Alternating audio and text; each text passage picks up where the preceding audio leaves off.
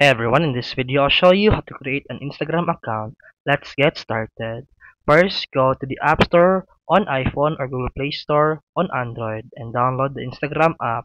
Once installed, open the Instagram. On the welcome screen, tap Create New Account. Now, you can sign up using your email address or mobile number. Then enter your details, then tap Next. Instagram will send you a confirmation code. Type it in to verify your account. Next, enter your full name, choose a strong password, and tap Next. You'll also need to create a unique username. If your first choice is taken, Instagram will suggest alternatives. Now you can add profile picture, write a short bio, and choose whether to make your account public or private. You can also skip this and set it up later. And that's it for today's video. If you found this helpful, please like and subscribe for more videos. See you in the next one.